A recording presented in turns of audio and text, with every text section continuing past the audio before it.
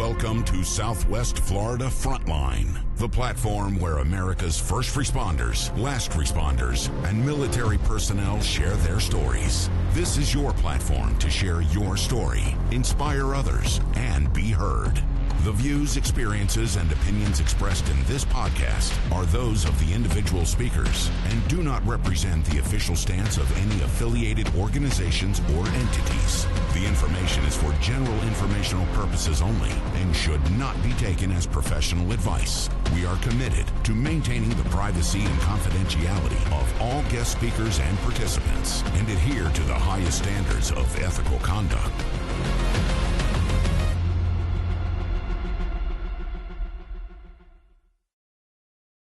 My guest today is some kind of a modern Indiana Jones, Dr. J. Silverstein.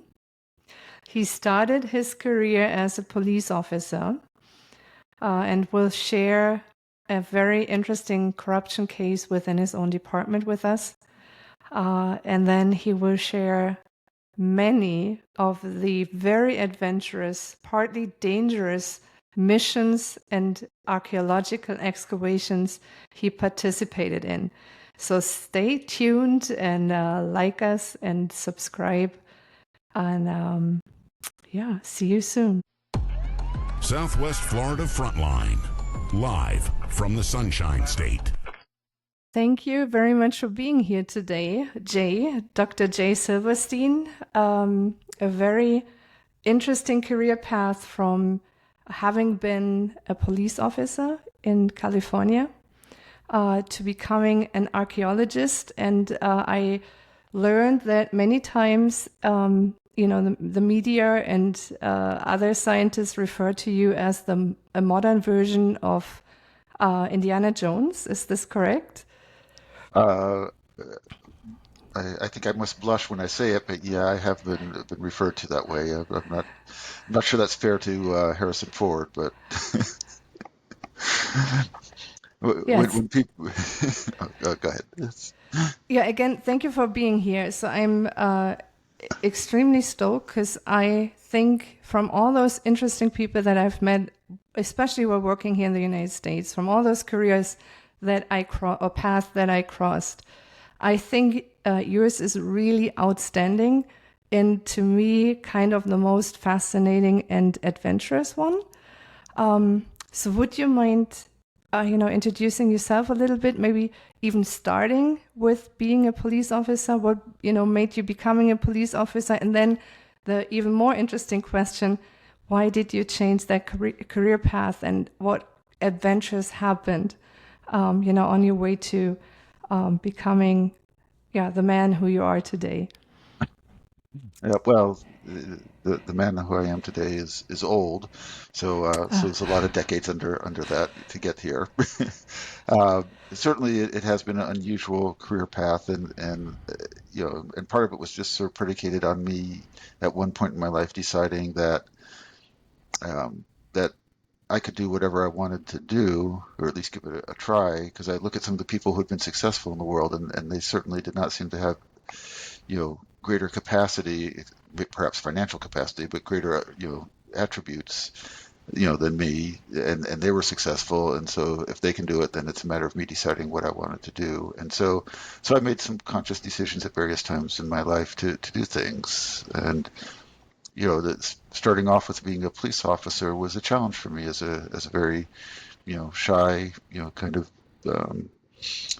introverted kid with a little bit of a, bizarre sense of nobility and what the world should be like versus what it was like, and not having a lot of financial resources when I was young. So I didn't know anything about going to, to a university or higher education. I began at a junior college, which all my family did, and trying to decide what you want to do with your life. And as a 18-year-old kid, you're pretty scared about the future and how you're actually going to make a living and who would actually pay you to survive at a different jobs. And but I loved animals and I wanted to be a veterinarian, but I was a terrible student. And I got a D in zoology, and kind of said, well, maybe I'm not cut out to get to veterinary school. But while I was at college, I worked as a security guard, and as a security guard in a college setting in California, you would get occasional cases. There was a time or two where I chased some bad guys down, and, you know, um, or would help people, if they're having a medical emergency or their car is broken or whatever it might be. And I really liked the feeling of helping people, and so that it began to set in my mind that was something I enjoyed. My father pushed me towards computer science, and I remember taking Fortran and typing out programs on punch cards back in the day, uh, and realizing that I could not do a desk job like that. I couldn't sit down and just program. Back then we didn't have diagnoses, but whether it was ADHD and dyslexia and who knows what other set of disorders, but I couldn't sit still long enough to do something like that. My mindset wasn't there. Well, that Um, that might explain why you got a D, because I don't think it's the mental capacity or the love for animals. So that makes sense then. yeah, it was more the discipline to study, I think. Yeah. Well, I was too busy. I would do a lot of athletic stuff as a child, but never a great athlete. But I liked sword fighting, and so I take fencing and archery and gymnastics, and um, you know, and I got into medieval sword fighting. So a group called the Society for Creative Anachronisms, and that kind of captured my love of fantasy. Lord of the Rings was probably the most influential book in my youth. Oh, yeah, I Um, can relate to that. well, yeah, I mean, there's so much depth to the story about the strength of individuals to Mm. overcome, adversity, and the nature of what is moral and what is noble.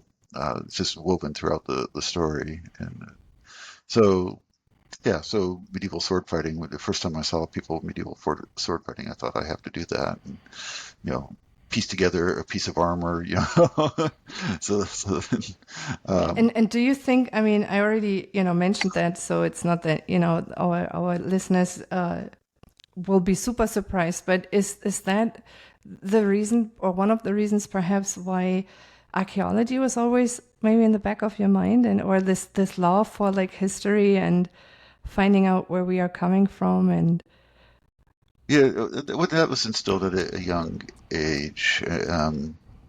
I'm not sure where it came from, but as a small child, I was always reading history books, whether it was on the Crusades or World War II. My father was a veteran from World War II, so I would read. He had a number of books about combat stories. Back then, all of our school teachers were veterans from World War II.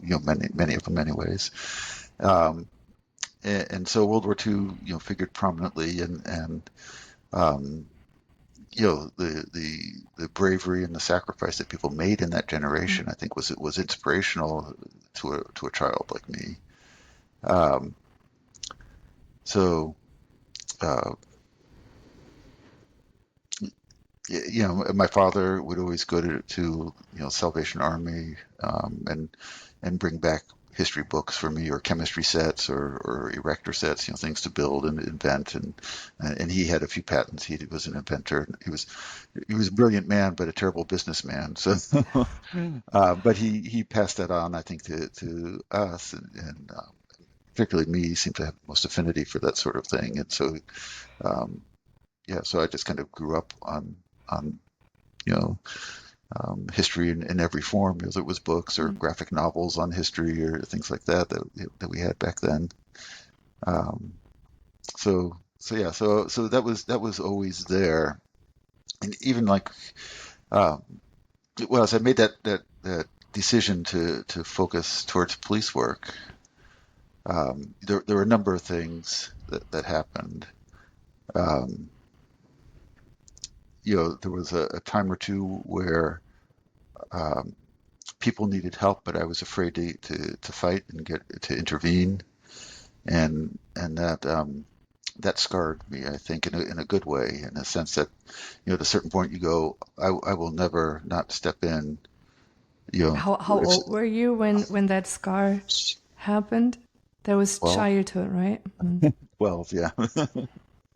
So the first time, but I remember even like well, even before that, in third grade, there was a school bully, and he beat up a friend of mine, and we all sat kind of watched while they had their little fight, and he humiliated my friend, and so I decided, how old are you at third grade? I don't know, 8 or 9 years old or something.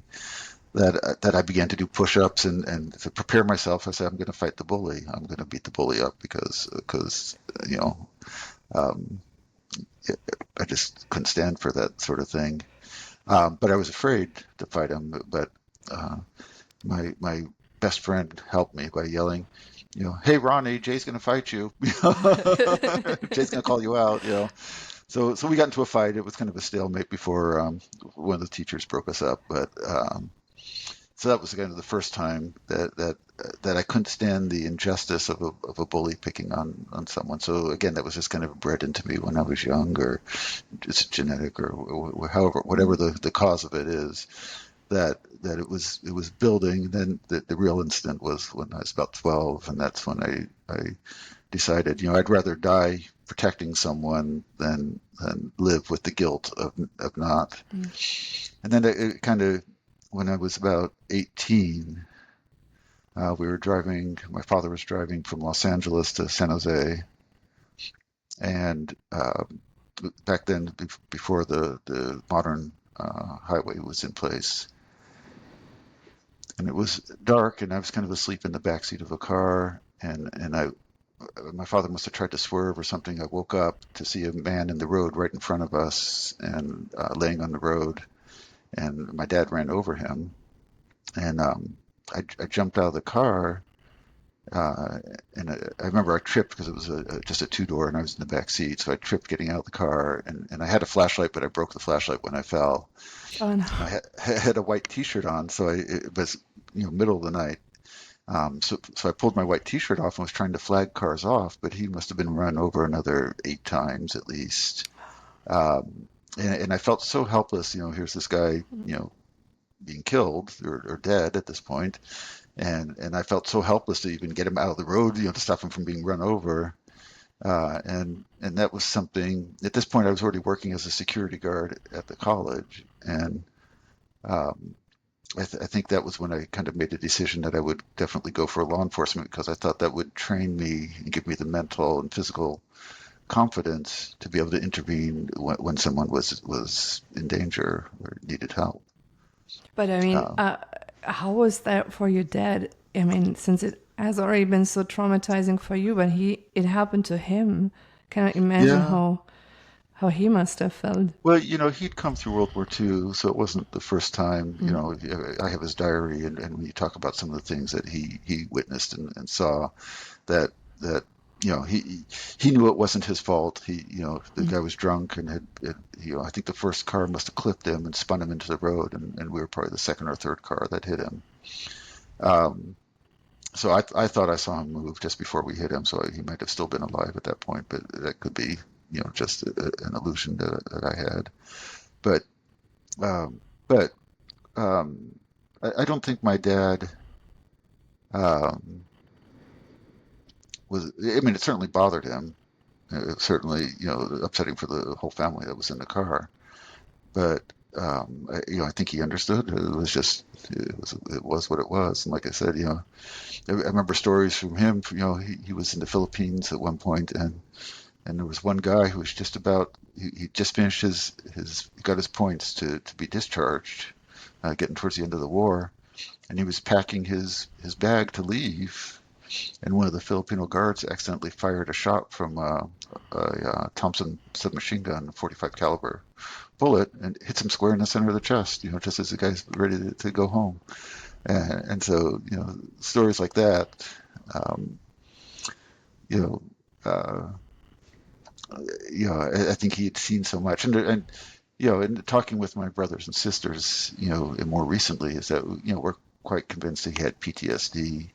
I remember him having relapses of malaria, for instance, and reliving battle scenes, and in his delirium, shouting like he's still in the war. So, yeah. But it's that generation that didn't go to seek any kind of mental or emotional help. I feel like it's that generation who tried to just suck it up and be quiet about it. I had one very uncle. Unfortunately. I was told by my mother before she passed away that we had one uncle who did suffer from pretty severe shell shock, I think they called it at that point, and he was hospitalized for it after the war. So I think it just wasn't talked about. Certainly, I think a lot of that generation suffered from PTSD, but just like modern soldiers, you march on with your life, and a few people will fall to it, and there was probably a higher rate of suicide, I imagine, after World War II. But it just wasn't talked about or associated with the trauma that they went through. But the majority of people, march forward, and they carry the scars with them, and the lessons, and some it makes stronger, some it creates vulnerabilities that may show up later in life. But that's you look what's happening in the world, and you think of the the millions of people, whether it's Ukraine or Gaza or Sudan, who are suffering, or El Salvador, perhaps, the places in the world where there's injustice, and I think that's one of the worst things, is injustice that goes without any resolution. And when you have to live with the injustice of something that's happened, and you have no recourse, that's one of the worst things. Whether it's it could be rapes, it could be murders, it can be genocides, it could be just surviving your city being destroyed and bombing, whatever it might be. So, yeah, I mean, that's you can't let those things.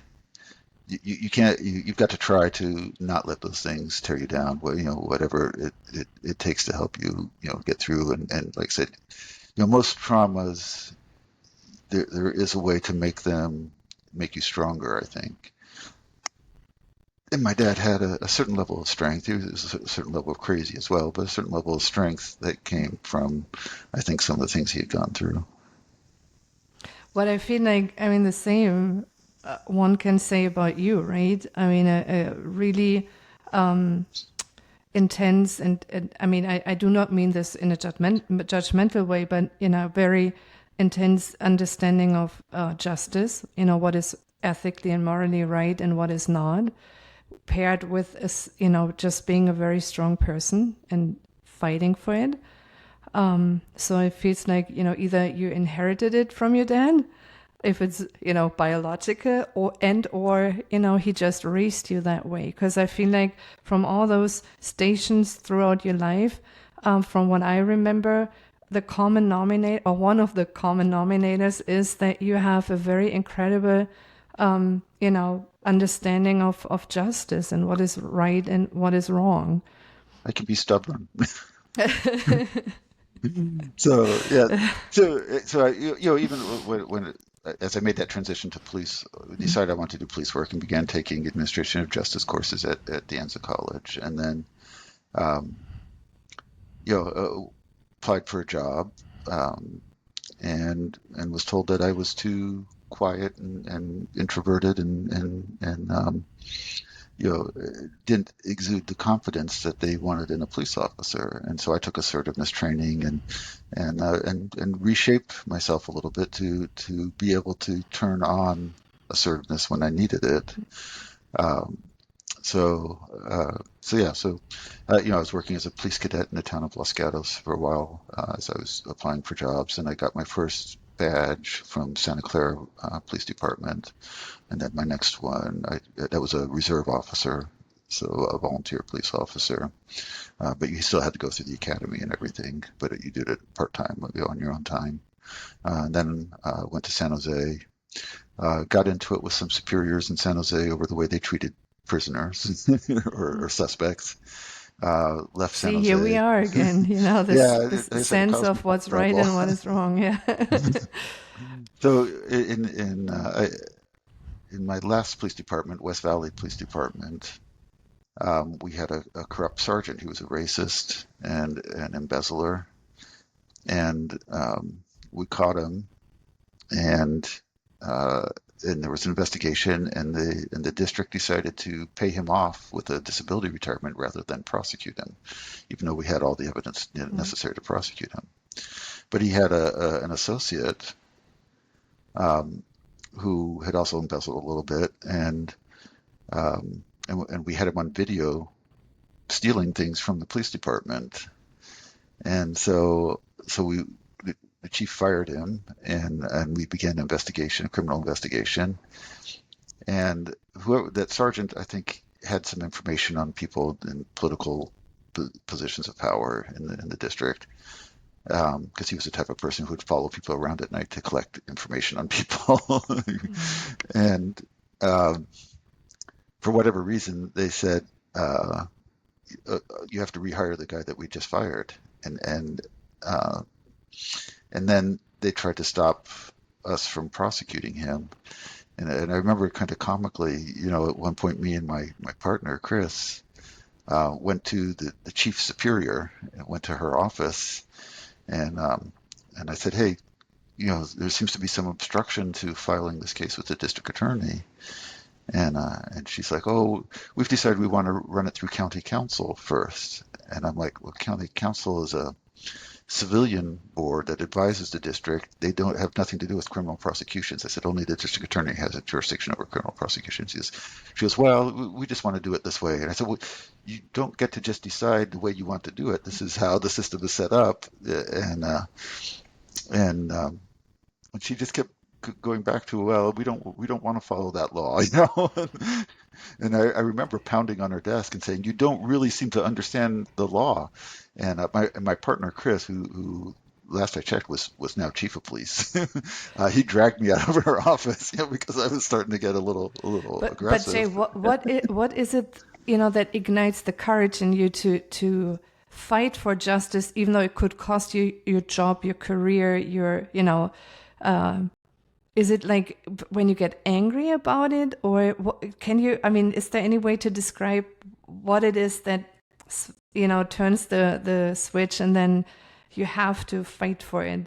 Because I can just saying that, being employed somewhere, some other people might feel very vulnerable and, maybe consider not standing up for what's right because they fear that, their reputation will be destroyed. They will be fired. This, might have an impact on their family, their finances, and. But you just do it. And I think that's very impressive. And we definitely need more of, you people who are like you. But I also know that, you need a lot of courage to do that. Or is it the stubbornness that you described earlier? It's stubborn, but it was a overconfidence that if you were right, that the system would bear it out. Well, so it would like be nice if it was that way. No, it was I was young and naive, and so the next day I took the case to the district attorney myself, and. Southwest Florida Frontline, live from the Sunshine State. I remember the chief was out because his father had died, and so he was out at the funeral, and I was in plain clothes, and we just had a bomb threat, so we just cleared a building for a bomb threat, and I remember bumping into that woman who I'd been yelling at the day before, boss, and he said, well, why are you all dressed up? And I can't remember what I said, but I didn't tell him what I was doing. But the person in charge was my sergeant, and she. I said, hey, I have a case that needs to go to a district attorney. So she was in charge now, and so she said, you do what you need to do. So I took the case to the district attorney, and I had the name of a supervising district attorney because I wanted to start at the top. And so I showed him the case, and I'd actually only written the case up as a misdemeanor, and he read the case. He goes, no, this is a felony. And I said, well, they're going to come after me if we arrest him, if I'm the one who does it. And he says, come after you for doing your job, was his attitude. And I said, okay. So I knew I had to move quick. So I went to the judge's house, actually got the warrant for his arrest signed by the judge at his house.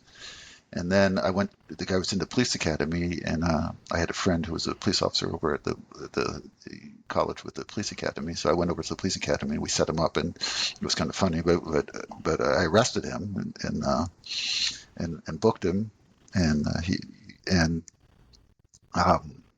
I guess the next morning, my friend Chris was in the office when the chief was going through the paperwork, and he saw that I arrested this guy, and he said, "Oh, good, now we're rid of Silverstein and this guy McFarland, the guy I arrested." So they initiated an internal affairs investigation against me, which lasted 6 months. Wow. And I had a union rep and a union attorney, and at one point they wrote a letter to me and said, you need to come in to have a interview associated with this internal affairs investigation. So they had hired an attorney to prosecute the case, an outside attorney contractor. So I come in for the interview, and I've got my rep with me and my attorney, and there's this attorney there, and I'm in full uniform and everything. And I remember walking in, and the attorney goes, "No, officer, I don't want you to be nervous. This is just a fact-finding investigation." And I looked him in the eye and said, "Why should I be nervous? I'm the only one here with a gun." And the look on his face was just precious. But I mean, were you joking? Or I mean, is this your dry humor? Yeah, okay. And the tape recorders weren't on yet. So. But yeah, no, I was joking, of course. By the end of the internal affairs investigation, I probably wouldn't have been as joking as much, but at the middle stage here, I still had a bit of sense of humor about it. Because at this time I also had 2 premature twins. That's redundant, 2 twins, but premature twins. So I was already dealing with the stressful, because they were some more than 2 months premature, and so I was dealing with that situation as well. But the attorney goes on for the interview, and he says, "Well, who do you work for, officer?" And I said, "Well, I work for the people of the state of California." And he said, "Well, don't you work for the board of directors?" I said, "As elected representatives of the people of the state of California." And he says, "Well, officer, don't you really work for the chief of police?" I said, "As appointed representative of the people of the state of California." I said, "My authority comes from the people of the state of California. It doesn't come from any one of you people," basically. And by the end of the interview, I think he was on my side, So eventually they sent me a letter. Well, the assertiveness training paid off. Yeah, and a limited amount of patience for idiots or for stupid logic. So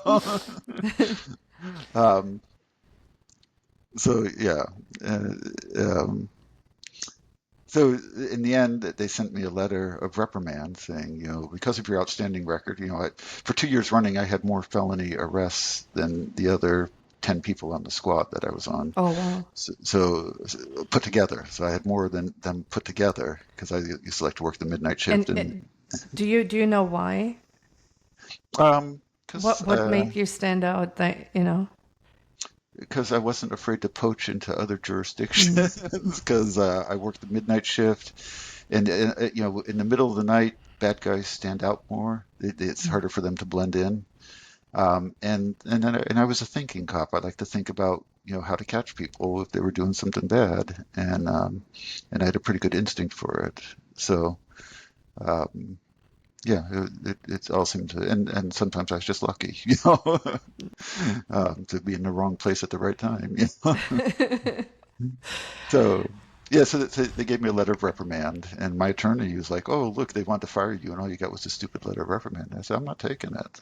I said, they launched an internal affairs investigation. They have to have a finding, and and I'm not letting them off, saying I did something wrong because I didn't do anything wrong. I followed the rules, and so I wrote an appeal, and I had a petition signed by every officer on the department, signed a petition supporting me, saying that, according to the code of ethics of our standard operating procedures, and according to the law, that I was fully justified and even required to take the action that I took.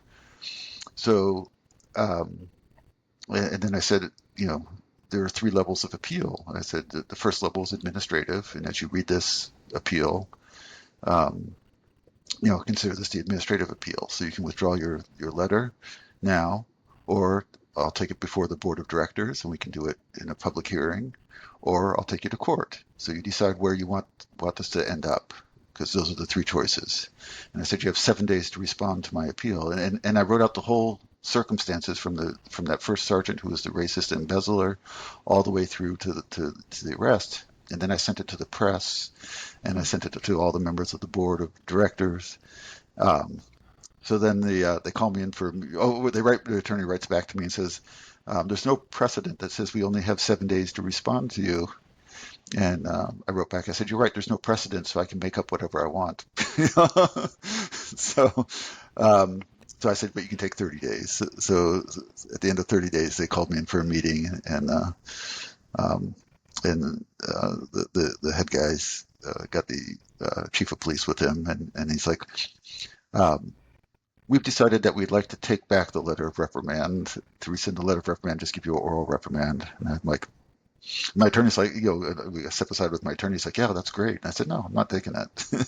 So we go back, and I said, look, you launched an internal affairs investigation. The internal affairs investigation needs a finding. Was it founded that I did something wrong, or unfounded?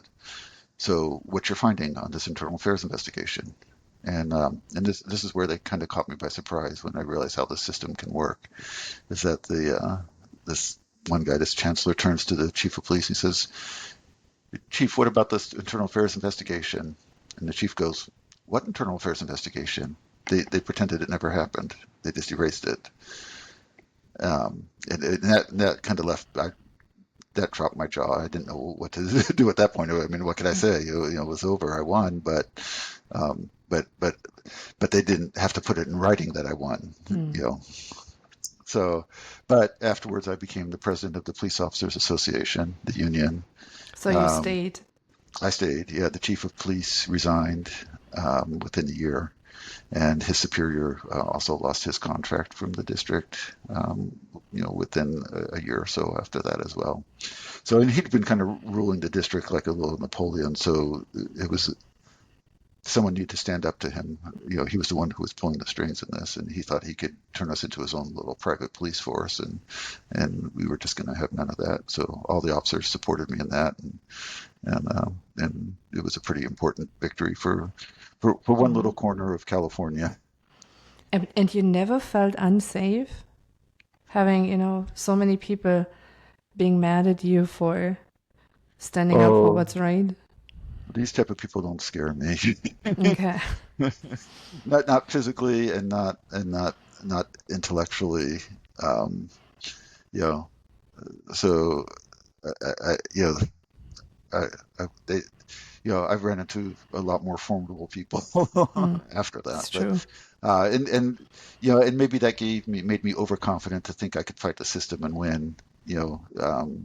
Because later on in life I ended up fighting the federal government, and that's a much harder system to beat, and there's much smarter and much more well-resourced and much more determined people there to make sure that they never lose anything, as we see in the Department of Justice. So this was back in the the 80s and 90s when I was 80s when I was a police officer. I left police work. Southwest Florida Frontline, live from the Sunshine State. In 1992, and went to graduate school.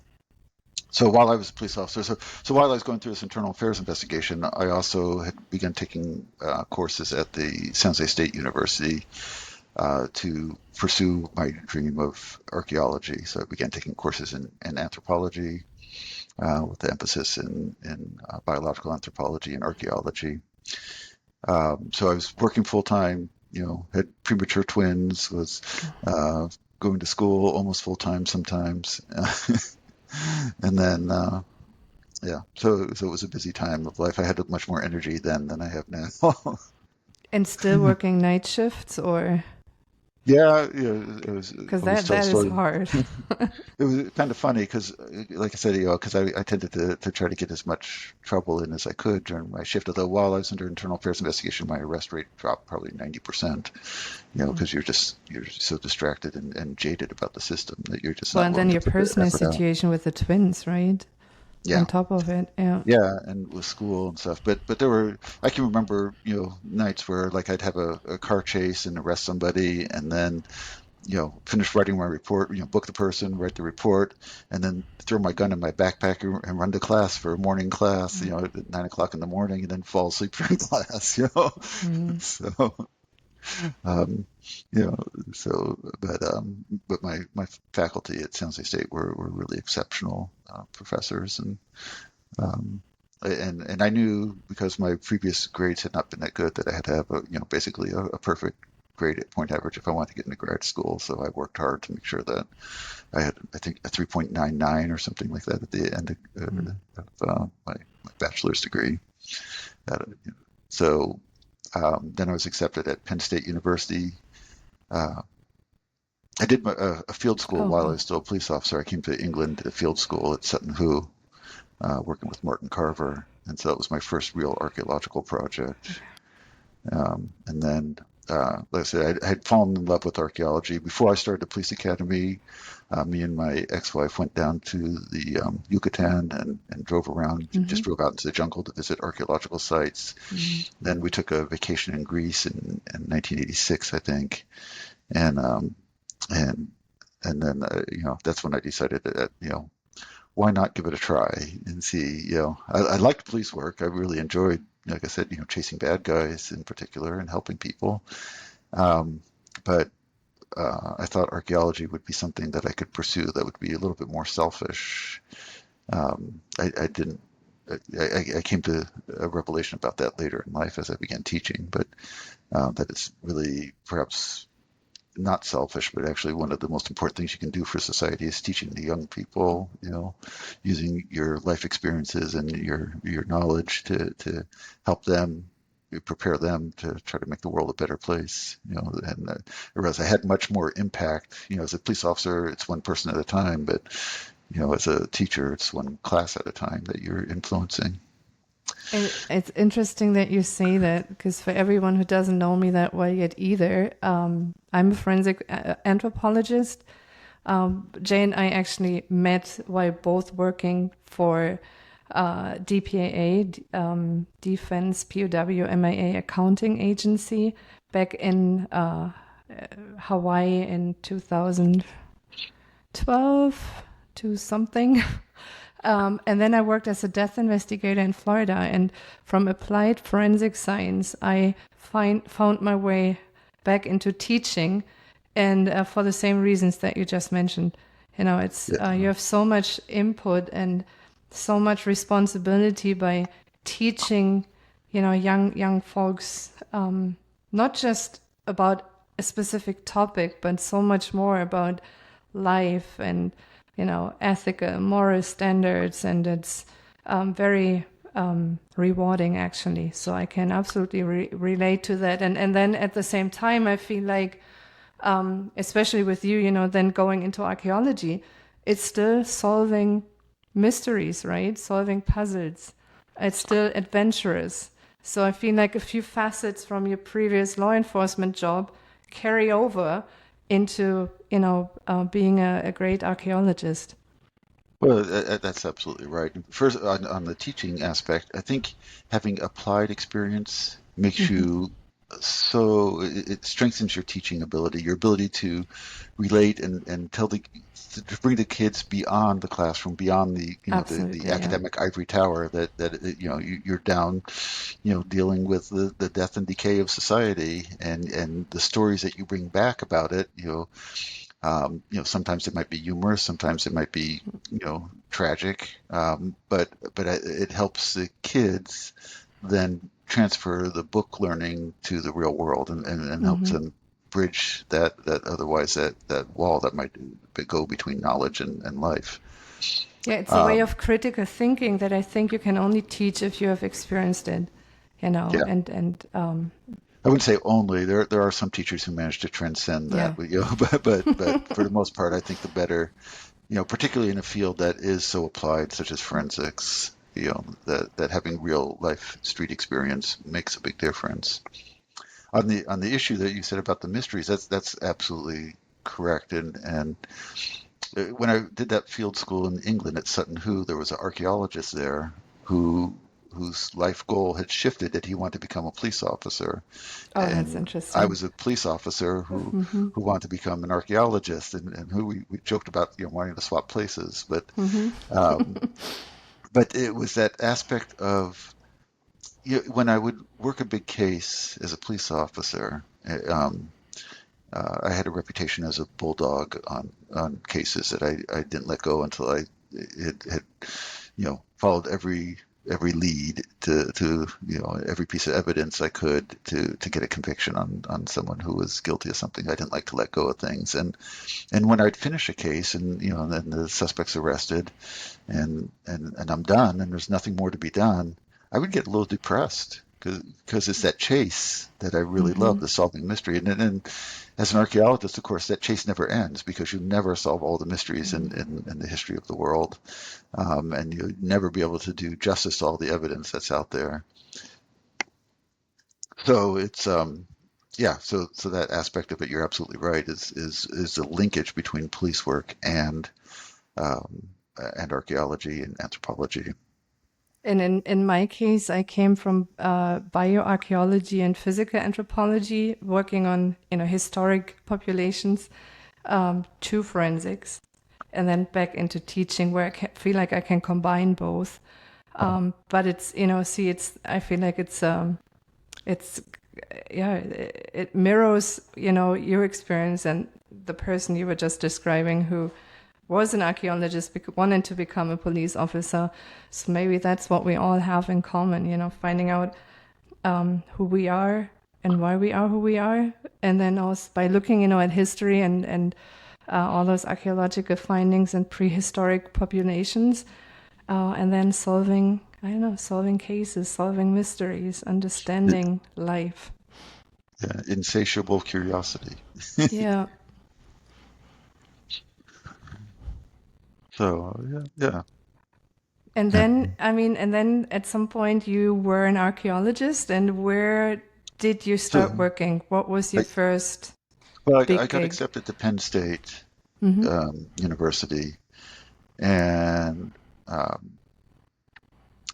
when I first got there, most of the archaeologists were on sabbatical. They just finished making a big TV series called Out of the Past, which is still one of the best archaeology series I've seen on TV. Even though this was 1992. But so I began doing DNA work, which was new. We had Mark Stone King, one of the leaders in mitochondrial DNA. And so I was interested in ancient DNA and particularly, possibly the detection of blood on weapons. But I quickly again realized, after spending a semester, pipetting DNA into gels and running PCR, and that it really sitting in a laboratory was not the place I wanted to be. So that's that Indiana Jones calling. At that point, I guess. I think that at that point the Indiana Jones movies were out there. So yeah. So my first dig while I was a grad student at Penn State was at San Lorenzo. And I think I sent you a picture of me standing next to a giant stone head that's still buried in the ground. Yeah, so that's my first dig, and that would have been 1994 at San Lorenzo in the Olmec area. And so we made this discovery, which was a major discovery. So my first experience in the field was incredible. Just to see this, these giant face start to peer out of the ground was absolutely amazing. I remember spending a night out, just sleeping in a hammock guarding the stone, while it was still being excavated.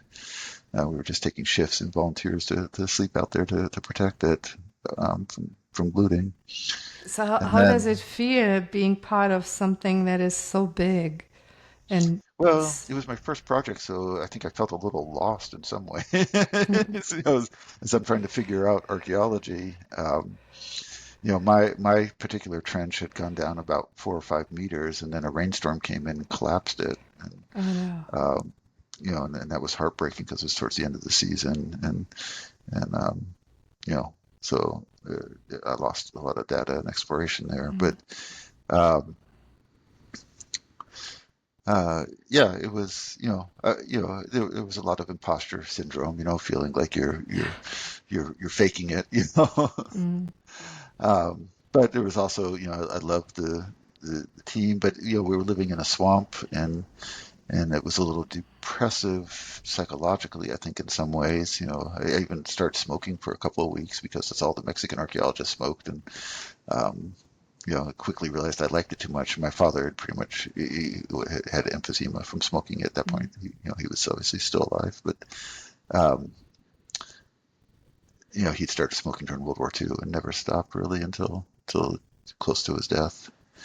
And then, yeah, and I was probably drinking more than I should back then, and things like that. So there was a certain psychology that kind of happens. I think there's a certain, when you're isolated in a swamp, you get a little bit of this kind of detachment from reality and from society, a little And bit I, going native, and aspect then too. what people also always forget to consider is the team dynamic, right? So I mean, if you're in an Super isolated important. area, yeah. Yeah, you know that from experience. But yeah, your colleagues, the the negative aspects and the positive aspects, of them, is super important. And yeah, so and many of them, from that first dig, one my became my best friend, out there. We've lost communication now, but for decades, we were still pretty much communicating. And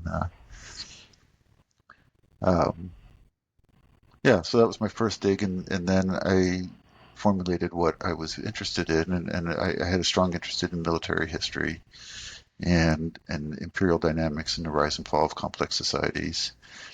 And so I began looking for a frontier where I could study the frontier dynamics, particularly of the Aztec Empire, and looking how the Aztec Empire was interacting on its frontiers, how it organized its defenses, how the nature of imperialism. And I searched all over Mexico until I found um, the best example of this dynamic that I was looking for, an amazing example, and it had been barely studied because it's in a pretty dangerous area, for drug dealers and cartels and violence and stuff. It's the Tierra Caliente, so in the Rio Balsas River Basin, in the northern part of the state of Guerrero. And so I met a fellow out there who was introduced to me, by a Mexican archaeologist, and he'd served as a guide on various projects, and he knew all the archaeological sites. He'd been walking the countryside. He was probably in his 70s at that point, early 70s maybe, or late 60s, and so I got some grant money. It took me a while. I actually I got rejected on my first grant application, Oh and no. so I formulated this whole project, and then I kind of gave up on it, and my professor said, "Well, I've got this pile of ceramics in a monastery, and you're welcome to go study those ceramics." And so I went to study under one of his old graduate school colleagues, Mike Smith, who's in Arizona now, and so he was teaching me ceramics, and I got along with him instantly. He was just brilliant, and he had the same sense of humor as me. He's like we were walking through the market one time, and there was a rubber rat for sale, and we stopped and we looked at the rubber rat, and we looked at each other, and we just both smiled. We knew exactly what to do, so we bought the rubber rat. And then where some of the girls in the project were doing the ceramic analysis, and they would pull out a box. So we put the giant rat inside one of the boxes, knowing that when they opened it up, there would be a giant rat in there. It didn't face him at all, but we thought it would. We thought it might. We thought it would be funny. But he was in the same mindset as me as far as having that sort of sense of humor. Um, and then another visiting professor from MIT came out, Dorothy Hostler, and so I explained to him, the project I was going to do, and but gave up on because I didn't get the funding. And Mike's like, forget the ceramic project. These are a dime a dozen. Everybody does a ceramic project. It's not going to give us that much new knowledge. He says, your project needs to be done. And he said, apply for funding again. And Dorothy backed him up on this. Apply for funding again, and you'll get it. And I said, okay, I'll try. So I did, and I got multiple sources of funding actually the next go around. So I headed out to the Tierra Caliente with my family in tow, actually. So we rented a house in the town of Arcelia, and spent something like 6 months out there studying the frontier. Discovered 127 significant archaeological sites, registered them. Was able to found a lost archive of documents, semi-lost. Some Mexican archaeologists had actually made a Spanish publication on them once, but the owner of the documents had been assassinated or murdered in the town because the people of the little village thought that he was going to try and sell them because the Mexican archaeologists had come and visited. So when I got there, I could probably spend a long time telling you stories of the Tierra Caliente because every day was an incredible adventure out there. It was, from day one, I was with my guide Adolfo, and we were getting all our equipment ready. And I said, I'll need a machete. He said, yeah, do you want a curved or a straight machete? And I said, well, what's the difference? He said, well, the curved one's really good for the brush. The straight one's better for self-defense. Mm-hmm. I said, well, you better give me the straight one. So we armed up with just machetes. We talked about the possibility of carrying guns, but decided that it would invite more trouble than it would solve. If someone's going to kill us, they're just going to kill us, and having a gun isn't going to make it much difference to us. Adolfo himself had been ambushed once with his nephew, Aurelio. And Aurelio took a bullet through his hat, and Adolfo took one under his chin that split his chin. He had a big scar under his chin. And I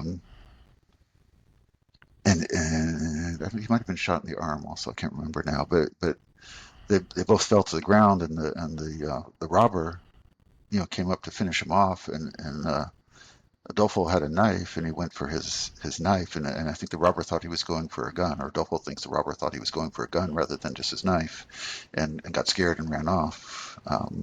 So he survived that one. There's a later incident. And this was why you were there with your family? No, this was before. This is when they were younger. Mm-hmm. So, but Adolfo and Aurelio were my guides, and they were absolutely amazing. They understood the countryside. Aurelio, who was a campesino, a farmer, had been a bit of a rambunctious kid. Had gotten into a big fight with his father at one point. He told me. He said he went off and just lived out in the wilderness for a month or something, and then said one day he was at a watering hole, and his father walked up and he said hi to his father, and his father said hi, and then he just went back home, and there's nothing more said about it. But I'm friends with Aurelio now on Facebook. Actually, he's got a beautiful family, of course, he'd been in the United States illegally for a while actually, but the Tierra Caliente was just adventure after adventure. Every day we just had incredible encounters and amazing, saw things that, were absolutely incredible. And I always felt that when I did archaeological excavation, or even while I was still living in Europe, being in very old historic buildings, I feel like when you touch it, I always felt like you can feel the energy of all those centuries, and kind of as if the life of those people, for just a very brief moment, opens up in front of your eyes. Do you ever have any kind of like spiritual feeling or anything that Yeah. Does that make sense? Absolutely. I remember I was obsessed with this pot once. So we were up on the top of this kind of cliff, this mountain that overlooked a valley, and there was a ball court up there, Aztec style ball court, and a theater. And so it seemed to have been some sort of ritual center where they would come up to the top of this mountain, participate in sports and orations and theater or political discussions. And there was a pot at the top of the theater that was turned upside down, and it was kind of shattered. It wasn't a fancy pot. It was a type of pot you might call a tinaja in Spanish or Aztec. It's a water pot, or maybe with beer or something like that. But it would have been there for people to get drinks while they were sitting within this little oratory theater, and it just so stoked my imagination to imagine one day someone turned that pot upside down and they left and they never came back. And I spent forever trying to piece that pot back together. There must have been 1,000 pieces of it, because it was all there. But when you tried to lift it up, it was just all fragmented into little pieces. And when I was just kind of overwhelmed, I would just sit and glue pieces of that pot back together. But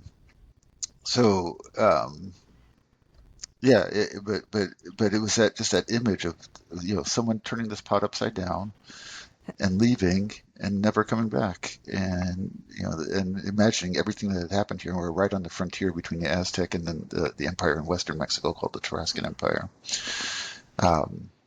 And so this was just on the Tarascan side, I believe, if I'm remembering correctly. I have to look at my dissertation to know.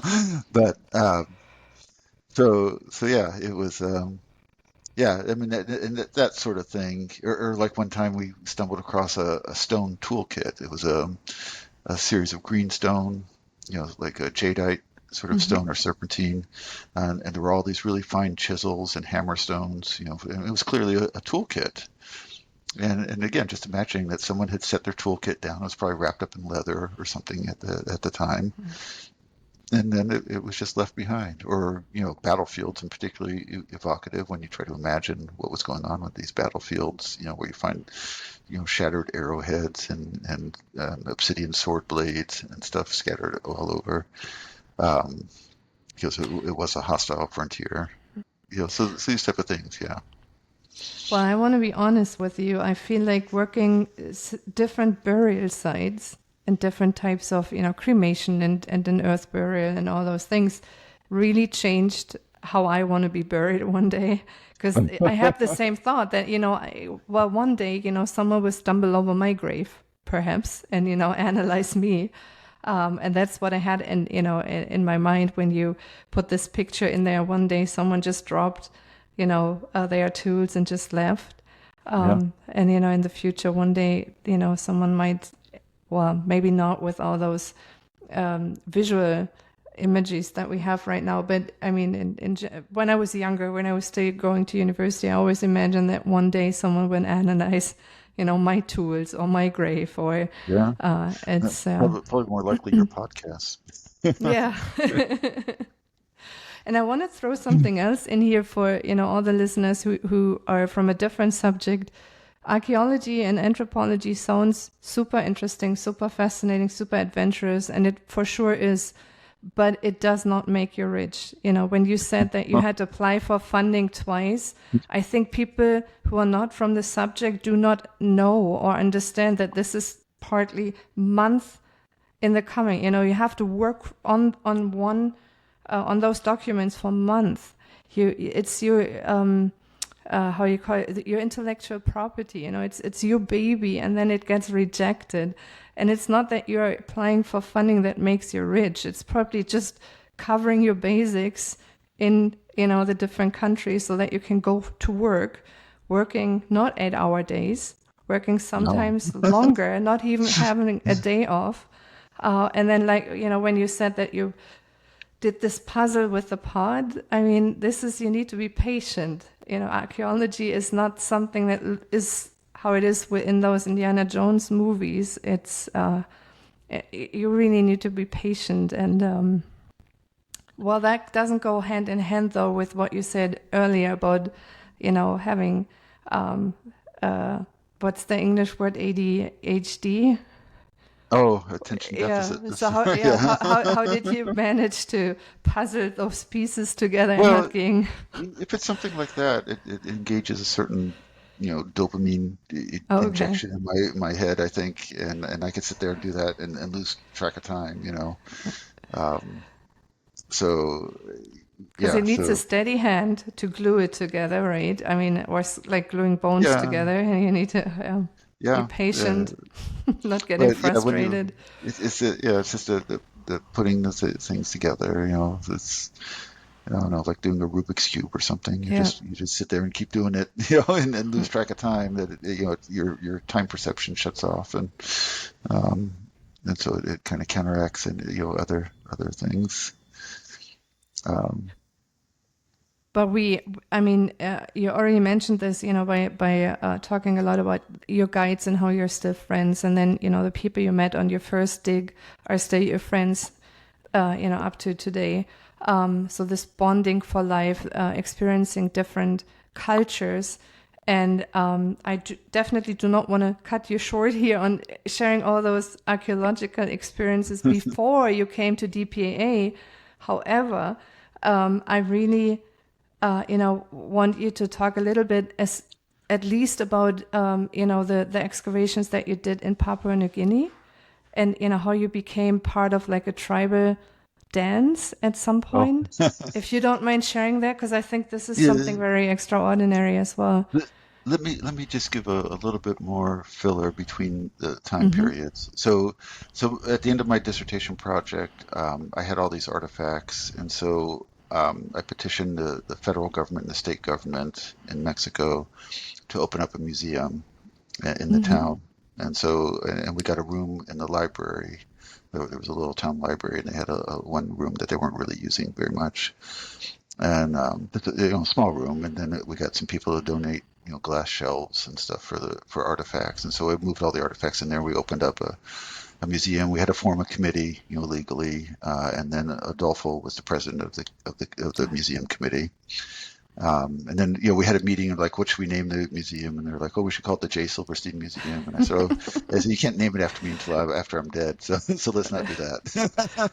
So we called it the Museum of the Frontier, El Museo de la Frontera. Mm-hmm. And so the museum and the town people were really proud of the museum. They had some local artists did some work there, was on display. They did some paintings on the walls of the museum and everything. So for this little town, it was really a source of pride. And then the day I defended my dissertation back at Penn State, my ex had taken the kids and run back to her family because I was not pleasant to be around, I guess, while I was finishing up my dissertation. I was fairly focused to get it written because it's quite extensive. And so I finished my defense, and it went great. And went out for pizza with one of my friends who works with me now in Egypt, actually, a grad student with me. And then I got home and I got a phone call from Mexico, and Adolfo had been murdered. Oh no. Um, and and that hit me really hard. And Uh, did this have to do with your work no, down there in the museum, or was this unrelated, if I it may was it ask? was political. He was running for president of the Cattlemen's Association. Him and his son. His son was a federal inspector for like the American FDA. Um, and there was a local politician whose brother was a cattle rustler, and they wanted him as the president of the Cattlemen's Association. He didn't have any cattle. He just what he stole. So I hope this is not inappropriate to mention this, but this reminds me of Yellowstone that everyone's watching right now, the Oh, I haven't Yellowstone watched it. saga. I know Okay, yeah. it's not there. Yeah, yeah. Maybe there are probably some similarities to a frontier sort of situation, but so I got the real story, and I found out who the murderers were. It was two guys from town. One was a butcher, and I can't remember who the other one was, and who ordered the murder and everything. So I put it all together, and then I went to my state representative in Pennsylvania, and then to the American Embassy in Mexico to try to get justice, to try to get him arrested. In the end, I got another phone call from Mexico, and they wanted to know when I was coming back because they were looking forward to seeing me again. They want to kill me, you know. So it meant I could go back to do any further work. My next project, you know, I had to cancel in Mexico because obviously it became unsafe to go back there. Have you ever been back there ever since then, or are you cautious? Not to that town. I've been back a couple of times for like conferences or things, but not back to that town where I worked. Although everyone's dead now, you know, all the bad guys are dead. You know, when I saw pictures of Aurelio had showed me a newspaper clipping that someone had murdered the murderer. You know, shot him down with the AK-47 while he was sitting in his chair in his room, and they had photographs of him. So. You know, sometimes justice comes around, you know, regardless of you know, where it comes from the law. But these type of people, you know, did not live lives where they necessarily would expect a long life expectancy. So, you know, in that part of Mexico, you know, to have someone assassinated costs about $500 or so. You know, it's like I said, this is not a nice area. But my next project was in Guatemala.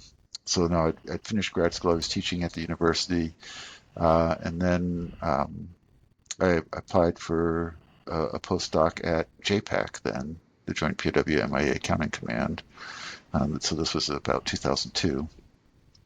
So at the university at Penn State, I was also the head of the unionization effort. So I was working to unionize the part-time faculty and lecturers who were being sorely abused by the system, you know, without medical insurance or real salaries. You know. So union gig again. Yeah. You know, it's just a matter of justice. It's just it's not fair to treat people, to have them.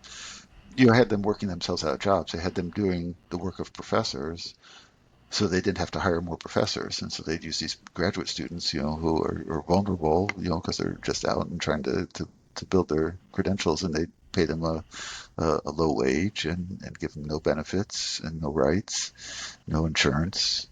And because I remember it's the same in Europe where I'm from, so it's the same system, you know, I had to go through. Yeah, I mean, you know, in some ways maybe it's a rite of passage, but you know, it could at least be a humane rite of passage, you know. So, you know, because like when I graduated and began teaching part-time, I was making less money than I was as a graduate student. You know, I had a better stipend as a graduate student than I did as a salary as a part-time worker. So I didn't want to commit to the union. I went and interviewed to help, you know, and but then the union rep from the Teamsters, I think, is AFL-CIO, and the Teamsters who were pushing the unionization effort. You know, they asked me to lead the union effort, and you know, I didn't want it to distract from my academic pursuits, but you know, I kind of knew my personality that if I got into it, I would probably be doing it full time anyway. So there was no real part time option for me anyway. So I might as well just take it on the full time option. And so. Southwest Florida Frontline, live from the Sunshine State. I did that for a year, but then I had applied also to JPAC, and I remember getting a call from Sabrina Buck and basically offering me a postdoc position out in Hawaii. And, you know, loaded up the car, the minivan with the kids and the dog, and drove to Hawaii almost.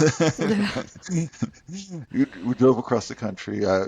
Almost lost my entire family in Nebraska. I remember because I was cruising down the highway, just passing a semi truck at Oh probably about no. 85 miles an hour, and my tire blew out. Oh no. And I managed to keep the car under control, but I just remember having these flashes, as I'm struggling to keep the car under control of killing my entire family, but we survived, and How then old were your kids at that time? let's see, they must have been about 10. Mm. So we had just done I had before I could graduate, I had a visiting professorship over at the University of Copenhagen, also in Denmark. Mm-hmm. So we'd just come back from Denmark as well in 2000. Oh, you've Yeah, really 2000 seen at the this point. world. Yeah. So that was really brilliant. I was teaching a lot of Aztec history and Mesoamerican archaeology there.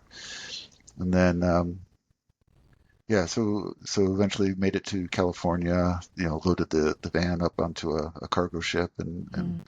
and flew over to Hawaii and settled down in Hawaii. And, um, uh, and that's when I began working with JPAC, which later became DPAA. So that, you know, uh, that was kind of a fantasy job for me, flying in helicopters Mm. and into remote places up in the mountains in Laos or Papua New Guinea. I worked at North Korea, South Korea, Vietnam, um, Tarawa, Guadalcanal. Um, only did one mission in Europe actually, in Austria, but yeah, it was quite an experience and really rewarding, especially Papua New Guinea, because my father had fought in Papua. He started World War II in Papua New Guinea. He sailed from San Francisco and landed in Puno, where I had done some work also. So Do you mind if I jump in just for everyone or for who doesn't know what DPAA is? That's an agency that brings fallen service members home from previous wars in which the USA was involved. Do you think the fact that your dad was a World War II veteran had some kind of unconscious influence on your decision to apply for a stipend or a job at JPEG, which later became DPAA, or do you think that was completely unrelated? no, Just no, looking back. there's a lot of variables I think that went into it. For one thing, my father, we'd lived in Hawaii from 1961. I was just 1 year old, not Oh, even, when we moved to Hawaii, and then we left in 65 or 66. Um, and I think my father thought that was the biggest mistake he ever made, was when he let Lockheed transfer him back to California.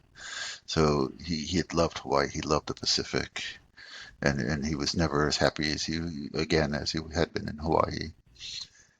So there was a certain sort of sense of ohana or something, a sense of family or lineage going back to Hawaii from my very earliest childhood, and knowing that my father would love the chance to just to come visit and things like that. So there was that aspect of it. I had always loved World War II history.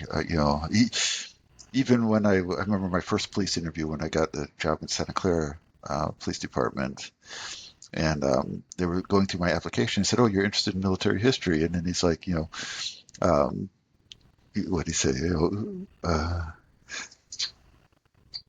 Who was Patton's arch enemy in the British Army or something? So he like asked me little military trivia questions, and it was always Montgomery, and so little things like that, that that love of World War II history. Love is maybe the wrong word for it, but a fascination and an admiration. Who was it who wrote the book The Greatest Generation? Is that I was always astounded how people like my father banded together and changed the shape of the world. mm, The entire order of the world was set to a new a new epic from at the end of World War II. And it was just common people like my father, my teachers, and who had made this change, who had reshaped the world and tried to instill at the end of World War II a noble purpose to the relationship between the state and humanity. Innate rights that every human theoretically has to survive and have a chance to pursue happiness and education in the world. And that was really, they took the ideas of the Enlightenment and ideas that, go back to earliest written history of philosophy and religion. And they codified it in, if you read the Declaration of Human Rights from the United Nations from 1948, and one of the authors was a Soviet, as I recall, that here was the world coming together and making this recognition.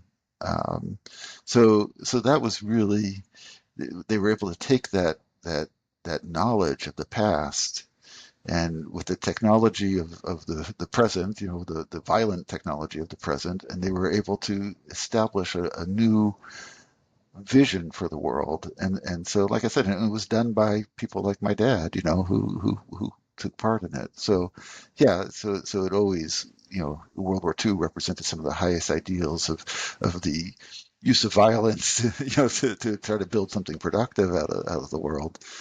And so certainly that played a big part in my interest and desire in working with JPAC. And like I said, I want to ride around in helicopters and get out on the mountaintops and I like people, and so the chance to and I didn't necessarily know what level it would be at when I started the position, but the ability to work with tribal people in Laos or tribal people in Papua New Guinea or anywhere was just really incredible for me, because I don't think I've ever been with a people who I didn't have some sort of incredible admiration for aspects of their society.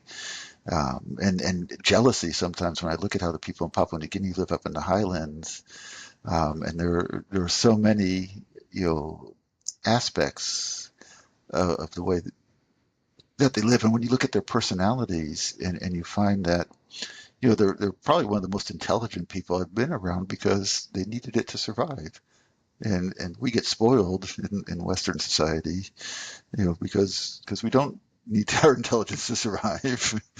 Sometimes it almost seems the contrary. You survive better without intelligence in modern society. So, that particular mission you're referring to, that was 2004 was my first mission in Papua New Guinea. And we were working a really high altitude plane crash in particular. Is really one of the most fascinating sites I ever worked. So we were up on, must have been right around, well, the top of the mountain range, the Sarawak Mountains, it was Morobe province, would have been right around 13,000 feet. And then the plane, as I reconstructed the plane, there was a flight of two cargo planes, C-47s, and one radioed to the other one. It says, "Hey, I can't see anything. There's too much fog, too many clouds. I'm turning out to sea." And that was the last communication. And what had happened is, the best we could figure, is that he must have banked to go out to sea also. So he began to turn. When he turned, he dipped his wing, and he was, the elevation maps weren't very good at that time. And in the Sarawak Mountains at about 13,000 feet, or right at that area, you don't want to fly much higher than that, because then you have to wear oxygen, and so that people would avoid flying higher to avoid having to use oxygen. So they were right at that level. When they banked, he clipped the tip of his wing on top of the ridge of the mountain, so the wing snapped off, and then the plane went into a spiral down about 1,000 feet until it hit a limestone shelf outcrop, a very wooded area. because he came down and was hitting at a spin, the people who were in the front of the airplane just kind of got shot out of the front of the airplane into the ground, like shooting a shotgun into the ground. That their bodies just went there. One of them was ripped apart. The others kind of just went. The pilot, co-pilot, just went straight into the ground, still in their seats. And then the one guy who was in the back of the plane, because it was at a spin, that the fuselage ripped open like peeling open a can, and he was thrown about 50 meters to the side because of the spin of the aircraft when it hit. Is my reconstruction of what happened. So someone had found the guy who'd been thrown sideways back in the 1970s, I think, that they sent a mission up there to look to see if they could find anybody. They found the one guy, and So then four guys in total were on the plane, or yeah, there was the pilot, co-pilot, I think a radio man, the one guy, and then there was a Russian doctor who had okay. jumped on the plane. He was unmanifested, but was known to be on there. Found his duffel bag, and he was the one who was ripped apart, I think. So I found his legs split at the hip, but I never found his upper torso. I think it might have been thrown off the top of the mountain. Um, so, yeah, and You yeah, said the one guy that got thrown out was the first one that got found. Yeah, he was founded in the 1970s by I think Rick Houston. If you knew Rick, when you're there, he became he was he'd been I think a sergeant, a team leader when he was in the military, and then he was a civilian employee for JPAC, and he had got up there in maybe it was the 1980s. I can't remember now because they must have had a helicopter that could get to that altitude, and he did an investigation, but he only recovered one body. So I went back in 2004 and we recovered everybody then. But because it was up at this altitude, what we would do is we put up a little camp, and then we'd fly down to about 6,000 feet where there was a village that we were staying at, and I'm mind blanking on the name of the village now. And so we'd stay up on the mountain for 2 or 3 days, and then we'd fly down to the village, take a shower, and then take a day's rest, and then we go back up to the mountaintop to keep working. And we had to set up a wet screen so there was some running water underground. I was able to turn into a source of water but we didn't have a real formal bathroom or anything there. It was just so primitive. But the mossy forest was absolutely incredible, freezing cold, but absolutely incredible. One of the most beautiful places in nature I've ever seen. So it was funny because the first time we got up to the very top when we were looking for the airplane, because we'd flown over and seen the wing of the airplane on top of the mountain, on top of the ridge. And so the first mission we went up there, we got up to the top of the mountain, and we just dropped a small team. It was me, a sergeant, the team sergeant, a medic, and an explosives officer, the EOD, explosive ordnance disposal officer, who was a fantastic guy from the Air Force. And so I remember talking to the sergeant as we were going through our equipment. I said, "You got the tents, you got everything we need, because there's a good chance once we're up there, we're going to get stuck because the clouds will roll in." And he said, "Oh yeah, we've got everything." And so we get up there, and we hiked for a couple kilometers across the ridge. We had to kind of rappel down a little bit. And at one point I fell through a crevice, that was covered over in cloth, and got my leg stuck. And I was laughing. Everyone else was afraid I was going to fall off the edge of the cliff, but I thought it was pretty funny. But so I had one leg sticking down this crevice. But so by the time we made it back towards camp, we all had altitude sickness, and so we were all disoriented. And we found our rope to go back up the little ridge to the very top where our camp was. But we got up there, and then we're like, we're kind of wandering around in a daze, like, where's our camp? We can't find our camp, and I've got the GPS. I'm like, it should be right here, And then finally, I think the EOD looks over a hillock, and he says, "Oh, it's right over there," And so, oh no, that's the second day. The first day, we got up there, we got fogged in, and we went to set up our tent to build our little base camp. And we get the tent out, and there were no tent poles.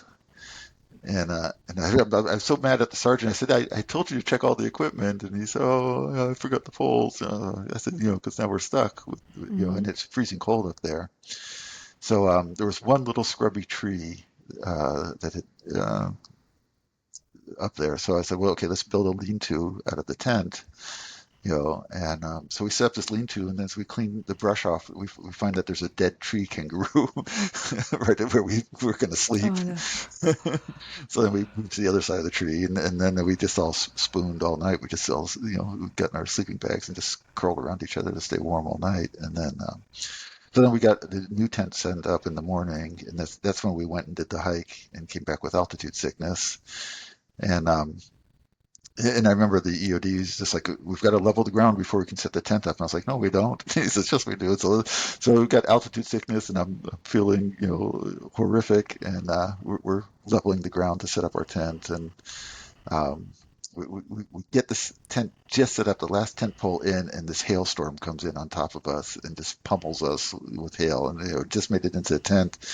And then the medic gave me something to knock me out for a little bit, and so I must have slept a few hours at least. And then we had a little teeny camp stove. We're trying to heat up whatever little food we could to get some warmth. And so then we went down to the shelf below, about 1,000 feet below this, and that's where the aircraft wreckage was. And so that's where the main part of the wreckage was. Just the wing was up at the top, and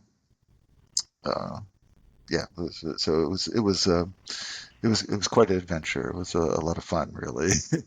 And you stayed in that base camp for a couple of weeks then, or? Yeah, it must have taken us a few weeks. I can't remember exactly. I know we did some other cases after it, but yeah, it was funny because we dropped off again a team at the because we couldn't land the helicopter on this little ridge. We could just get close enough to jump out of the helicopter and throw some supplies out. So we left a team in there. It was the EOD and the sergeant again and the medic. And the next day we come to join them, and they're all with all their bags packed up in the little area where you could get the helicopter in close. And I hop out and what's going on? They said we've got to get off this mountain. It's going to collapse. I said, this mountain's been here a long time. I don't think it's just going to collapse. And they said, oh, we can hear the water running underneath us. This whole thing's about to slide off. And I said, no, it's limestone, and the water's just cutting underground, trenches through there. Like my leg had fallen through the first day. I said, you can't see it because it's matted under the growth and stuff. I said, let's go take a look. And so here are these combat veterans, and they were just terrified being on top of this mountain. And I tried to explain the geology to them that it's not so terrifying, that we're okay. And so eventually they accepted that. I said, look at these trees. These trees, have been here for hundreds of years, thousands of years, So we set up the base camp and began our exploration and gridded up the area. And how did you meet the villagers then? Was this where the base camp was, or? Well, we'd stay up in the base camp for, I think, 3 days, and then we'd fly down to the village where we had our main camp. Oh, okay. So most of the team was down there. We just send a partial team up and kind of rotate some of the people up. I had to be there all the time. The medic had to be there all the time. But other people came up just part-time. And then so down in the village, we had made a lot of friends, and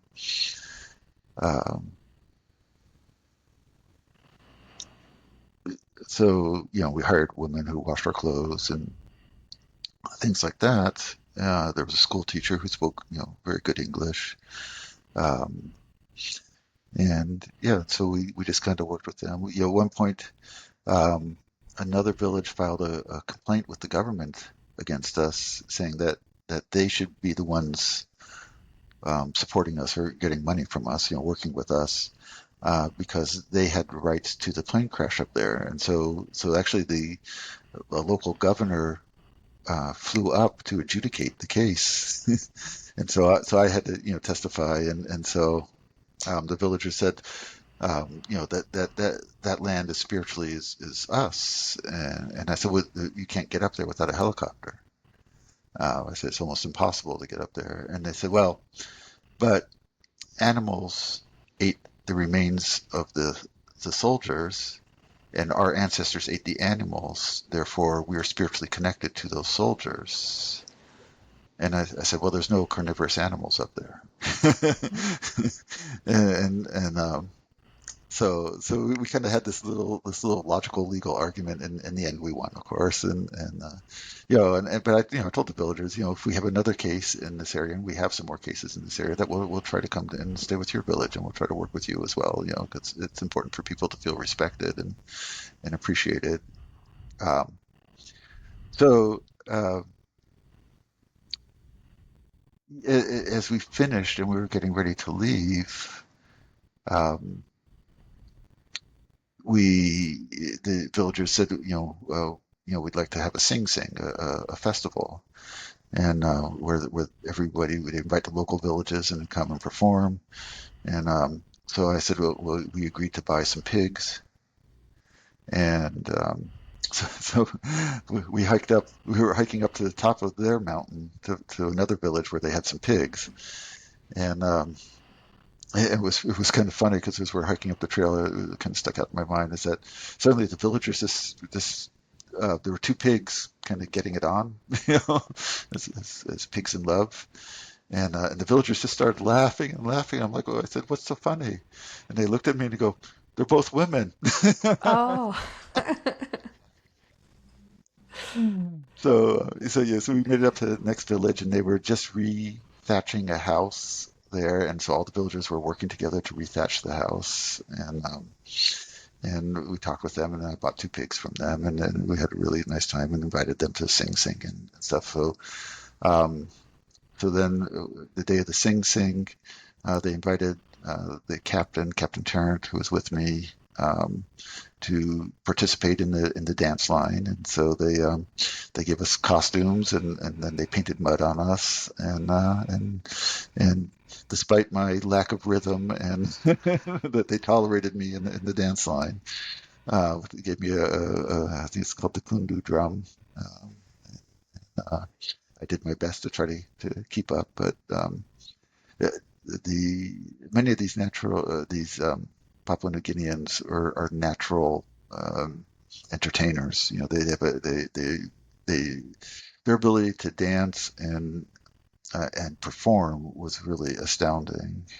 There was another mission once. We were up on this mountaintop, and we built a little wooden landing zone at the very top of the mountain, and we were preparing to leave, and then the villagers said, "Oh, would you like us to do some dances for you before you leave?" And I said, "Oh, I'd love it." And so they within minutes they turned this landing zone into a stage and brought out a rhythm section, and they did these dance rituals that were so funny. I mean, they were so entertaining.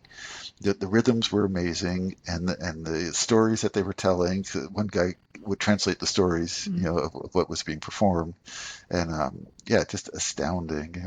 Another guy comes up to me afterwards. He says, "Hey, would you like to see me start fire?" And I said, "Well, sure." So he takes a little stick and some rocks and some plants, and he sets up a little friction, sawing the plant through the wood with a little kindling inside the split piece of wood. And, it takes him maybe a minute to start a fire with nothing. And then he lights a cigar with it, and he's smoking a cigar, that he was from this fire that he'd started. And just amazing, amazing people. Southwest Florida Frontline, live from the Sunshine State. Seems as if your career brought you into places where other people can only dream of, and you made experiences that are so rare that I think you can consider yourself blessed, right? Having had the opportunity to live through all those experiences in all those areas of the world. Did it ever cross your mind while you were still doing police work or did you ever picture this adventurous archaeology life the way it finally, played out? No, I don't think I could have imagined it. What you have to judge by, is stories that you read in books of, the Victorian period, of course, was full of adventurers, who traveled the world into difficult circumstances and made discoveries. And then, and then of course war stories, the adventures that soldiers had, or my father's diary, things like that. But one of the reasons I did leave police work is I wanted to travel the world more. I want to see more of the world, and so I think I accomplished that. Because police work was fairly domestic, it was fairly local. And I did want to get out and see the world, and I think I'm a better person in some ways for it, at least, and certainly a little bit wiser in some ways, not always. So yeah, and my ex-wife, she wanted me out of police work. She thought it was making me a harder individual. I'm not sure I agree with it, but she seemed quite convinced of it. So she's probably a better judge than I was of that. So it was probably, and I figured, it'd be nice to leave police work before, I killed someone or someone killed me. So neither of which was desirable in my book. So. Well, but I mean, being an archaeologist and especially doing some of those DPAA missions, or back then JPEG missions, was kind of dangerous as well. Yeah. I mean, it's not that you didn't risk your life doing those jobs. Yeah, it's kind of inherent in archaeology. Certainly, I've had many close encounters with poisonous snakes. One time I was being pretty stupid in Mexico, and I fell into a 28-meter well, deep well. Oh no! So, as I say, I fell to my death, but fortunately survived. There's a structure called the Galleria Filtrante, and I went down in this archaeological site, and I wanted to go down into it to see if we could see the stratigraphic sequence within the walls of the well. And so it was me, a Mexican archaeologist, and another American archaeologist, and my daughter was there actually, and the other Mexican archaeologist, her daughter was there. And she said she knew all about rappelling and stuff. So we jury rigged a harness. I had some rope in my car, and so we set up this little rope and started to lower down. And after a couple of meters, the rope gave, and I fell. And I had one hand was tied up in the rope, and the other hand I remember trying to claw down the wall. No. But it went down 8 meters as a circular well, and then it opened up into a cavern, like a big trench for another 20 meters straight down, because I'd measured it with the rope beforehand. And where it made the transition from the well structure to the kind of chasm, there was a little lip of dirt. So it was a hydraulic construction from the colonial period, we believe. And so fortunately my legs were facing the, perpendicular to the chasm. So when I spread my legs as far as I could to try to frag on the walls, I caught that little lip of dirt at 8 meters. And so I was suspended over a 20-meter chasm between my legs. And when you look up, 8 meters is really far when you're in a hole. And when you look down, because I pulled a flashlight out and I looked down, 20 meters is also quite terrifying. And I don't like heights.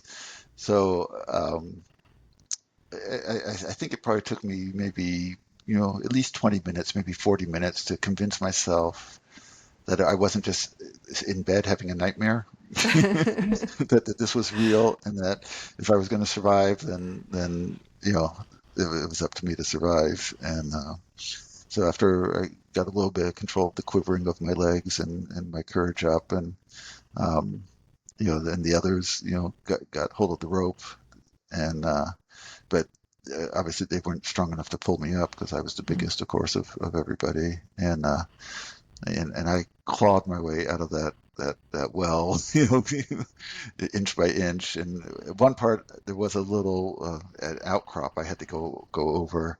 I remember, and I had to trust. I said, okay, I'm going to put the pressure on that rope. Get ready. But I made it over it, and I always regret because the Mexican archaeologist snapped a picture of me as I crawled out of the well, but I never got a copy of that picture. That's before digital pictures. So, yeah, that was while working a project in central Mexico in Puebla. So as I say, I fell 28 meters to my death in that hole. Mm-hmm. What was I had my police flashlight with me. It was one of those old Kel lights, the big metal flashlight, black metal flashlight, and it had my name on it. And it was in my back pocket. And as I crawled out of the hole, it fell out of my pocket down to the bottom of the well. And I left it there. But the next year, a local woman was murdered and thrown in that same well. Oh no! So when the police recovered the body, they must have recovered my flashlight underneath the body. Fortunately, they had already figured out who the killer was. It wasn't me. See, that is another thing. Working those jobs, right? You can't make those things up. This is No. I wish. Well, but it seems as if you had a guardian angel that day. Yeah, many days, I think. So I'd say I consider myself quite fortunate in life. I have a few injuries and things that bother me, and a few bad habits, but aside from that, I've been okay. As you know, after leaving JPAC, which had become DPAA, I took a job in Russia at an experimental university to get back into academics, and so I could focus my research efforts in Egypt, where I'd started a project in 2007. And then when the war started with Ukraine, then I left Russia. I was actually out of the country, so a lot of my money got stuck in Russia, as well as a lot of my possessions. But I paid one of the university employees. I gave him a trip to Cairo if he would bring a suitcase for me with my computers and things like that. And one of my graduate students, or undergraduate, one of my students, helped me get money through Kazakhstan, where he had an account. So I was able to transfer money to him. He transferred to Kazakhstan. So I was able to get some of my money out of the country. And then. But see, isn't it nice that you can still trust people, or some people at least? Yeah. Well, that's the majority of people in the world are really amazingly good, from my experience. And a lot of the bad ones would be good given the opportunity. Well, it's a choice, right? We choose every day who we want to be. Yeah. But well, that Papua New Guinea, the place where we had that Sing Sing. So a few years later, I was able to go back to the same village, and at the end of that Sing Sing, the celebration, we did some gift exchange. Now the captain and I had been down at our warehouse in Leh, in the city of Leh, and we were going through the warehouse, and it was just a mess, and there was weird things in there. There was like a weed whacker, one of those for cutting little grass, and we're like, we're in machete country. We're not in weed whacker country. I said, who's got a weed whacker? Who brought that up here? What are we doing with that in an archaeological site? These are way too rough, a terrain for something like that to be useful. So as we're preparing to leave, the school teacher up in the village says, Dr. J, I said, is there anything we can do for you? And he says, Dr. J, this is crazy, but there's one thing that we really need. And I said, okay, well, what is it? Maybe we can help. And so he begins to describe something to cut the grass and to trim the garden. Swear to God, we had just talked about throwing this thing away, And this guy then comes and says, yeah, I know it's not possible, but what I really want is one of these things so we can trim our garden area. 'Cause it's good for the village garden, for the village green, where they do all their celebrations and everything and their gardening. I think it was like Tuesdays or Wednesday, the little kids were required to bring a knife to school so that they could go out and garden. So it was like little kids bringing a knife to school day is mandatory. Um, so So me and the captain, I remember we looked at each other and we just started laughing. I think we can help you. So we brought it up. We brought up a 50-gallon drum of fuel for it, and then oil gas mixture, and taught them how to use it. Yeah, and so I came back to the village a few years later, and they were using that weed whack. The village looked wonderful. You can't make this up. I mean, this No, is. no, it was the funniest thing. I remember, uh, Chris and I, the captain, just kind of looked at each other and just started laughing because when we realized what he was asking for, I was like, yeah, we can help you with that. So, but the head man of the village, we'd given an axe to, and then like a multi-tool, like a little, a pliers knife tool, and I think he started getting a bit cocky, and and little villages like this don't like someone to be arrogant or think they're better than other people. And I'm worried that we contributed to that by giving him, a metal axe and things like that. So that second time I came up to the village, I asked for him. I said, "Where's?" I'm mind blanking on his name. I have to look at my notes. But um, and and uh, and everybody just ignored me, and they said, "Oh, he's away." And so a few days later, I was down in Leh again, and I bumped into a school teacher who'd come down to get some supplies. And um, he says, Dr. J, you remember you asked about, oh God, I wish I could remember his name now. Um, and I said, yeah. And he said, you know that we believe in witchcraft. And I said, yeah, I know that. Um, and he said, you remember when you were here that a child had died? And I said, yeah, of cerebral malaria. And I remember I was mad at you because I didn't know she was sick because we might have had medicine that could have helped her. Um, and he said she was killed by magic, done by this guy. And then several other people died also because of his magic, bringing on disease on people. And he said, so we exiled him from the village. We chased him away. I hope that's what happened. Sometimes people accused of witchcraft up there don't do as well as being exiled. Um, so again, that's the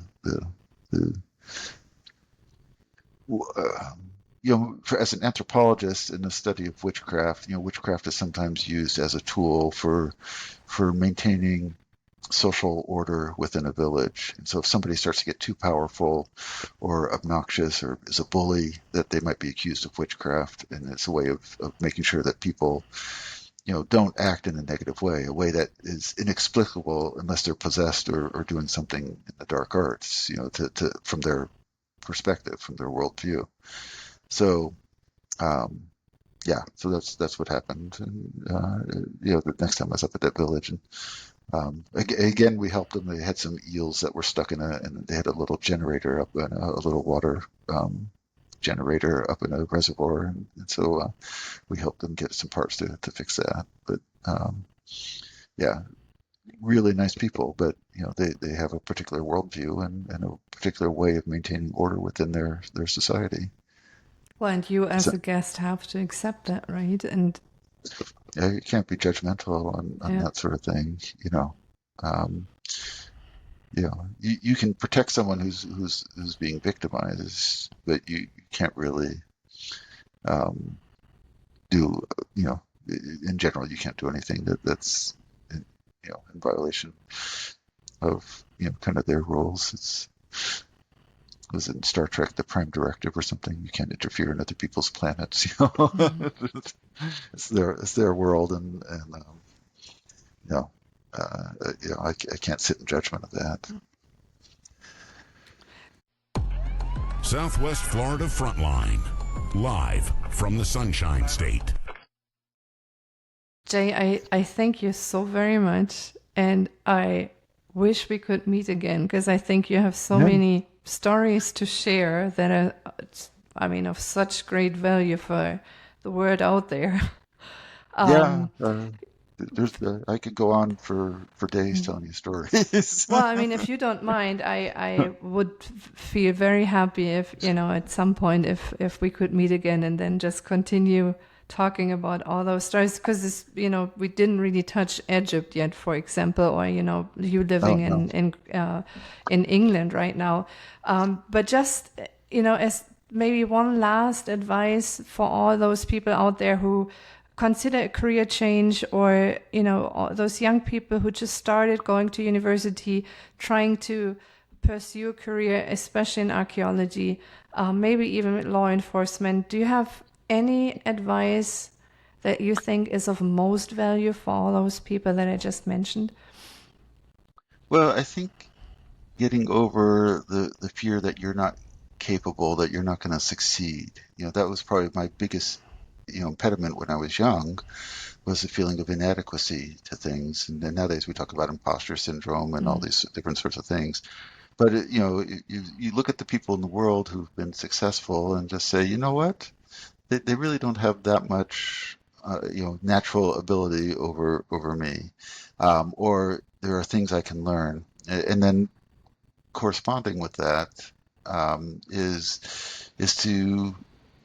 to embrace your curiosity, embrace your wonder of the world, and embrace other people, because you're not going to accomplish anything if you don't have the support of other people. If they don't welcome you, it, more than probably half dozen times, I've been in situations, where we've had a conflict, oftentimes in Papua New Guinea, in Egypt, in Mexico, um, and we turned it into something positive, because the elders, or the people I was dealing with, they turned to me, and they said, um, "You respect us, and so we're going to respect you."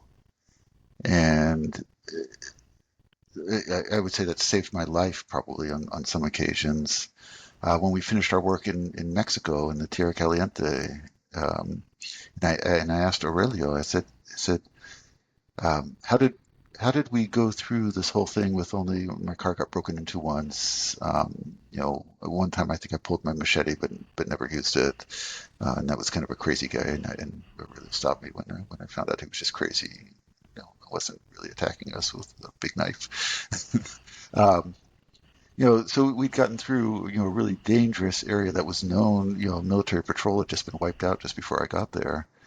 And I said, how was it that we were able to do this so successfully, without any incidents, only really mostly positive, really positive experiences with the people out there?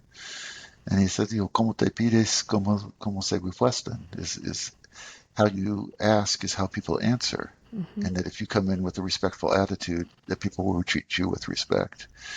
And I said, because I genuinely respect other people, in most cases, at least out of America, I've been treated with respect by those people, and that they recognize that I would approach things with a sense of humility, of wonderment for what they've accomplished in their lives and what they do, and respect for what they do, and offering help when I can. And in return, they would show me archaeological sites. They would show me, lost archives of documents. They would not kill me. All sorts of advantages like that. Yeah, but I feel like these are very wise and deep final words. Just show respect and treat people how you want to be treated. Yeah.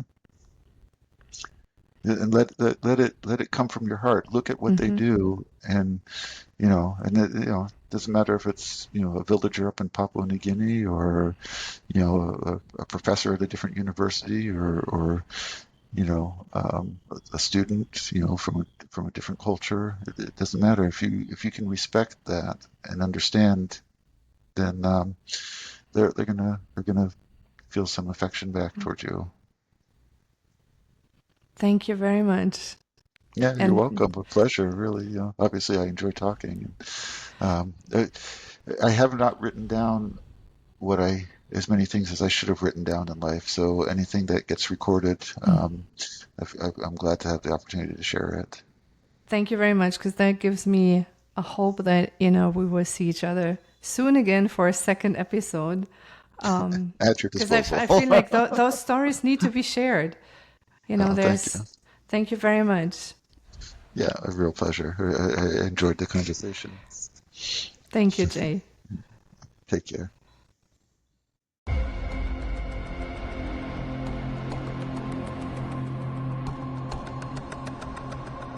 Your story matters. Reach out to us at swflfrontline@gmail.com. Follow us on Instagram, YouTube, Spotify, Apple Podcasts, and Amazon Music under @SWFL Frontline.